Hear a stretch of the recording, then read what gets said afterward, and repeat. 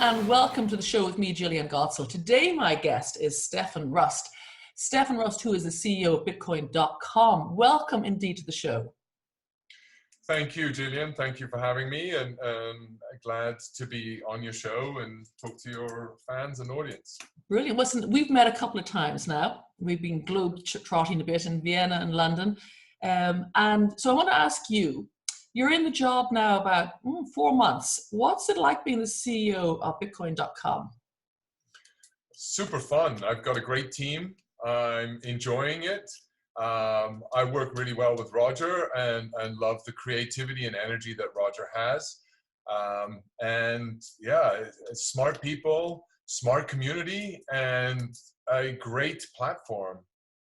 That's what I was going to ask you, because sometimes, you know, you hear about companies where fathers and sons, whatever, and they come in. So Roger has sort of stepped sideways a little bit. He's, what's his title now? He is the executive chairman, yeah. And you're the CEO. So is there any difficulty in your roles and how you balance your roles? Is that working?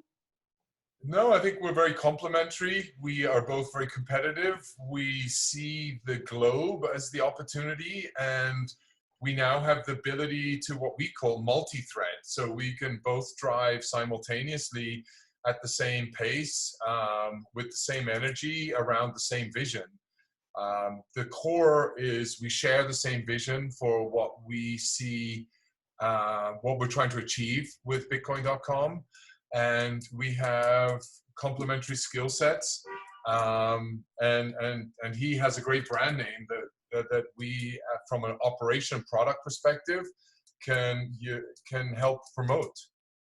Well, it kind of makes sense because there's only one Roger, you know, and when he's mobbed wherever he goes, you see him, people like, so it's kind of handy that there's like a second Roger, a Stefan. So it actually makes sense, and giving you that platform of CEO, so it gives you authority as well. You're not just a marketing manager or, you know, a business development manager. Being CEO gives you more clout, which is cool. So tell me, this week, lots of news in the Bitcoin.com world, this big, huge ecosystem, the $200 million fund. Can you tell me about that? So we're seeing a lot of activity in the Bitcoin Cash community, and a lot of entrepreneurs looking to engage with the protocols that we're exposing on Bitcoin Cash, particularly around SLP, the non-custodial financial services, the ability to facilitate payments. And so how do we foster them and help that scale and accelerate that growth? And so as a result, we decided to launch a Bitcoin Cash ecosystem fund. We've been working over the last year in terms of, and Roger, all of his background has been investing in startups ever since the beginning of Bitcoin.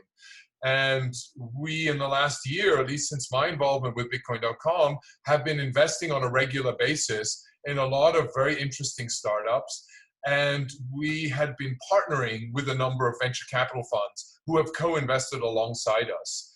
And so as we extended those relationships, we felt that given that we're getting about 6 to 8 deals every single day coming across our table, how do we professionalize that more? How do we identify, filter the startups, filter the business plans, and then identify which companies that should be going to Series A or Series B investment rounds and give them a necessary upside where we can take the lead and have some of our venture capital partners co-invest alongside us. And to do that, we just wanted some firepower, and we had found some initial investors that were interested in giving us capital to manage on their behalf to invest in startups, and now we want to scale that to $200 million. We believe there's appetite to do that. I mean, it makes perfect sense because everybody's scrambling for money in this world. You know, they have projects, but they need backing. And since the ICO platform is not so cool, you know, anymore, you need to find it. And it makes sense because you know, incentivize. And it makes a lot more sense if you think about it. In the fiat world, there's nowhere to put your money today. The assets are all dried up. You've got negative interest rates. You've got you know, governments printing money on a daily basis. So you have huge inflation. So what do you do with your money? Where do you put it? You know, the best way to put it is into a Pernod Ricard zero interest, 0% interest paying 4-year bond, and it gets oversubscribed. So where else could you put your money other than in alternative assets? And I think those alternative assets happen to be cryptocurrencies. And we're seeing that mind shift taking place and that awareness. And by the way, the timing is now. You don't want to invest when we're up at $200,000 a Bitcoin or at $10,000 a Bitcoin Cash. You want to come in now when the opportunity is just getting mature. You're seeing bigger adoption. You're seeing more users coming in. You're seeing a greater interest rate in terms of personal interest in coming into the crypto world. And so if that is already there, that pent-up demand, that pent-up interest, to be able to be at a starting block when it is just growing, because what happens is it grows gradually and then suddenly you're there. And you look at that in the automotive industry, it was the same thing. You look at in the physical payments industry, the chat applications, the internet, all of a sudden it became there and you were immersed in it and you couldn't do without it. And so this is the time to enter into cryptocurrencies, and all of a sudden it will be pervasive, and Bitcoin Cash is going to play a big role in making sure that it is pervasive. I mean, I actually think this move is critical for Bitcoin Cash, and I think it's a very clever move because people are going to follow the money, and it just gives them a chance, because all those bright, smart people. I remember Tim Draper being asked once, who do you think would win, fiat or cryptocurrency? And he went, well, fiat's controlled by central banks and aging bureaucrats, and cryptocurrencies are filled with young, well, not to be young, but bright, intelligent, smart, clever people. So if you're going to also allow them to move forward with the money, it's a super idea. Tell me, where's the money coming from? Are you gathering institutional investment vehicles, or is Roger putting in money, or where's the money being collected from? So we've seeded it at Bitcoin.com. We've seeded some of the funding. Roger seeded some of the funding. We have some ultra high net worth individuals that have come in, and we're talking to institutions coming in now. They're starting their due diligence on the fund. We've just announced it. We have a seed set of funding already that we have committed, which was the minimum requirement that we wanted to have before we went public with it. We have hit that goal, and so now we're topping it up and marketing. We're hiring a full-time person to come in and manage that. We're bringing on advisors into the investment committee from the industry. So we've got professional fund management coming in to manage the fund appropriately, so that the institutions can be comforted that this is going to be adhere to certain guidelines that they expect, as well as having crypto OGs be on the investment committee and guiding and filtering some of the opportunities that we were putting money in. Will the fund act like a traditional VC fund, like the 10x return, or are you going to be more creative in how you approach your funding? We're going to be a bit creative. We're going to have creative fees around that. We're going to be highly incentivized in the success element of the portfolio. So it's about making money. So it's going to be finding the right opportunities and making sure that we can have an upside in our investments that we make. That's so cool. You're also, I see, you've just acquired a Japanese blockchain dev startup, Oh3 Labs. So what's happening there, and what's the thinking behind that? So we believe the wallet is a core platform that people will engage with and manage their own money. So the custody is going to be on the blockchain, and they need a wallet to interface with their money. And ultimately, the mobile app is going to be a huge way in how they're going to interact with the various financial services that they're going to want to tie their money to. The ability to manage, spend, transact, and trade their money has got to come through a wallet and a mobile app. And so Oh3 is really an acqui-hire where we're bringing in really smart people into the team to help us scale our wallet capabilities. And on December 15th, we're launching our new wallet. Oh. And watch out for the new features in there. Okay, and you're doing a lot. I mean, you're talking about your cryptocurrency exchange that's launched in last September. Sorry, Yep. you're saying you're gunning for Binance and CoinDesk. How's that going? Super good. I mean, we have in the first, I think 2 months, September, October, November. So 2 months, we now have 30,000 users on the exchange, if not already more. Wow. So we've had 5 new listings already go live in the SLP category. We have BCH pairing on there. We have BTC pairing. We have Ethereum pairing. But now all the people that have and own BCH can trade directly with some of the top 20 cryptocurrencies, as well as with all the SLP currencies on there. And what we're seeing is the SLP currencies are not only established companies, they're also ERC20 token companies migrating across to SLP to getting listed on our exchange. Yes, cool. And is it centralized or decentralized? This is a centralized exchange. It does have custody of the customer's money, and customers do go through a KYC process, which is the first time Bitcoin.com has entered into doing such a business. Okay, because that's interesting, because I was talking to John McAfee a few weeks ago, and because his DEX he's so funny, he's like going, well, if the SEC comes to me and they say, do you know this person? I'll say, oh, I never thought of it. Oh, I'm so sorry. So you're going up. And actually it's interesting, because in that same meetup this week, I was watching the playback. I was in London, and Roger was talking about, he's not so sure about privacy anymore, as privacy as a default. Is that something that you share his views? I think, well, I don't know about his views. My view is somewhat similar. I think privacy is getting harder and harder. The regulators are really trying to clamp down. They're trying to put in the travel law. They're trying to do a lot. I think that there will be, and there seems to be, momentum behind investments into privacy coins. I believe that if the custody remains on the blockchain, then it's already digital money. It's gone through some sort of digital KYC. Why do we need to do an additional KYC? And by the way, most wallet owners and all the whales out there are already known, and Chainalysis and the likes thereof have already done their DD on who the big wallet owners are and who the whales are. So do we really need to cumber users with a whole lengthy KYC process, particularly if governments are spending so much money on defense and eavesdropping and wiretapping and video cameras around the world? And the banks are doing the KYC. You are already in a digital ecosystem.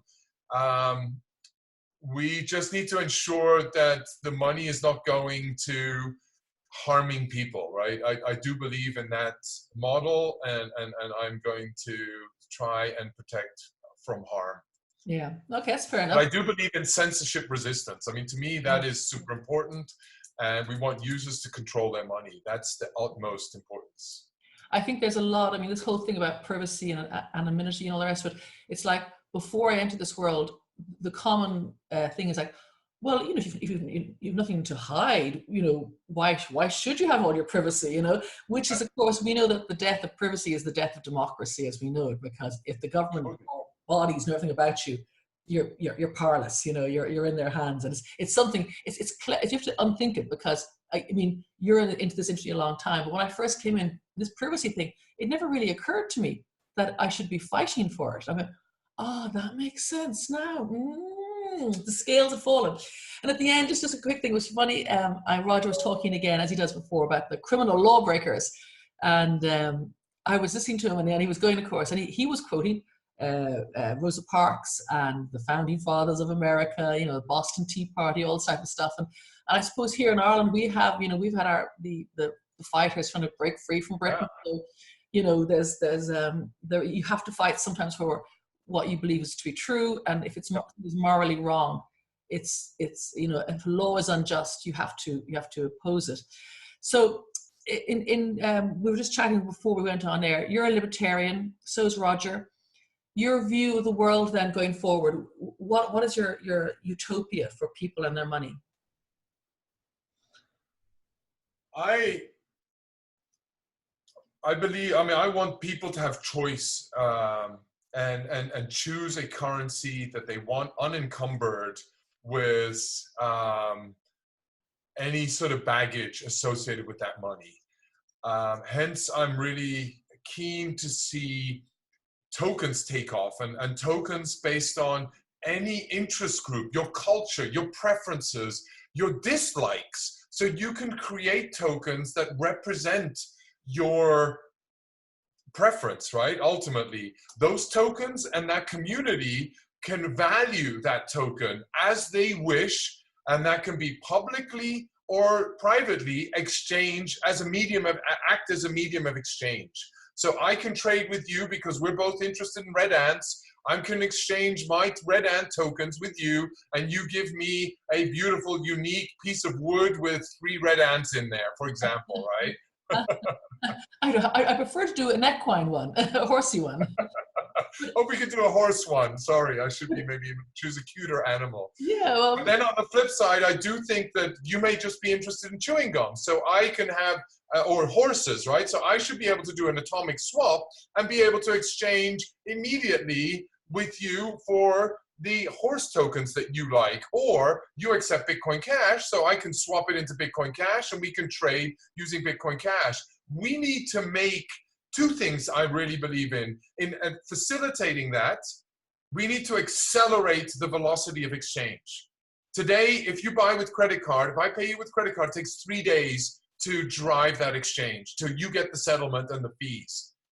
3 days is too long as a merchant to get that. If I can accelerate that downtime to 0, multiply that by 100 trillion, which is the payments industry, I have automatically created how many jobs, how fast, how much wealth have I created in accelerating that transfer of money. And to me, those are sort of 2 elements that I really feel we've got to try and drive. So money has to come off this pedestal of hoarding wealth. The wealth is in interest, in expression, in experiences that we gain by interacting with more people.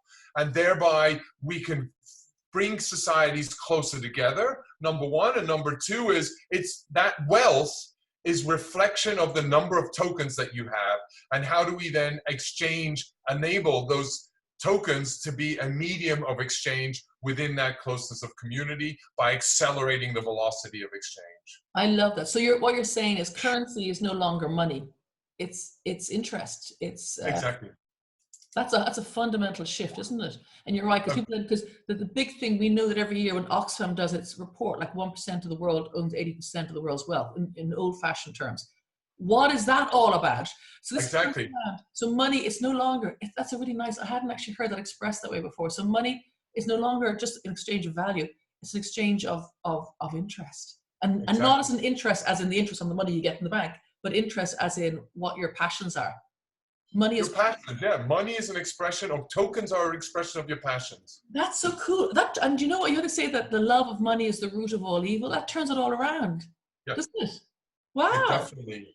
Okay, that is so cool. Well, you've just, in my mind, given me a whole new thought processes about money. That is so cool.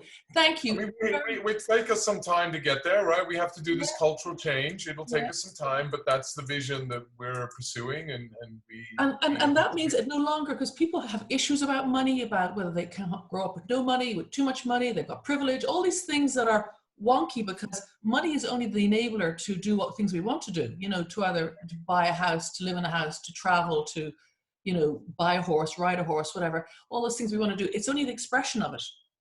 Exactly. Wow. And who says it's some paper with a good picture of some important person on it is money? And then we've ultimately taken that piece of paper with that picture of somebody on it and created all these different derivatives, right? We've created stocks, futures, bonds, shares, you name it. We've created this additional paper on there with a seal of approval, with a stamp, with a bigger logo. And so now what we're doing is we're just creating digital icons and emojis that represent money, a sense of value. Not money per se, but we're just taking that, and it's not printed by one institution that's governed by the same institution. It's all of a sudden governed by multiple different institutions that are the best representation of that interest group or that culture or that passion. That's lovely. And I know that money is passion. Yeah. Who would have thought we would have come to that conclusion in this day and age? Wow. Thank you so much for your time, Stefan. So we're going to follow up the next announcements in the middle of next month with the new wallet. We're going to have some more announcements, lots coming, and we'll be in January, there'll be some new announcements. In February, we're going to have one every month, if not two. I think Roger's very lucky because what he's done is he's injected more energy into the business. And you've got two heads rather than one, which makes a lot more sense. And in particular, that investment, that fund for the Bitcoin Cash, so clever and just makes sense, common sense. It's a great. And Roger's always been a great visionary in this industry, and I think he's seen the time is shifting, and he's got that energy, and he wants to scale this faster and go into overdrive, and he's had that vision to do that, and his foresight, and he's really been great to work with. To be honest, I love working with him, and I also love working with our team. We've got a rock star management team. And if you go down bitcoin.com and have a look at who we have running the various businesses, they're all OGs. They've been in crypto for a long time, and they're super passionate because they see Bitcoin Cash as the original vision and the original early stage developments in where Bitcoin was going to go. And so now they're hyper engaged, learned a lot, got experience in their verticals, and come back to Bitcoin Cash and bitcoin.com. Well, I'm looking forward in particular to see some of the startups to get past the post. Interesting to see what's going to happen there. That will be fascinating. Watch for one of the first ones. They're going to be listed on our exchange. Go Crypto. GOC is that ticker. They're going to be listed. They're the next financial unicorn in the industry. As stated by CB Insight. So an independent analyst has viewed them as the next European unicorn. And they're listing on our exchange. Your business model is very, very good. You have the interest, you have the fund, you have the exchange, you got it all going. I have to say, hats off, well done. Thank you. Thank you, Gillian. And money is passion. Yay. Love that. Thank you so much. Thank you.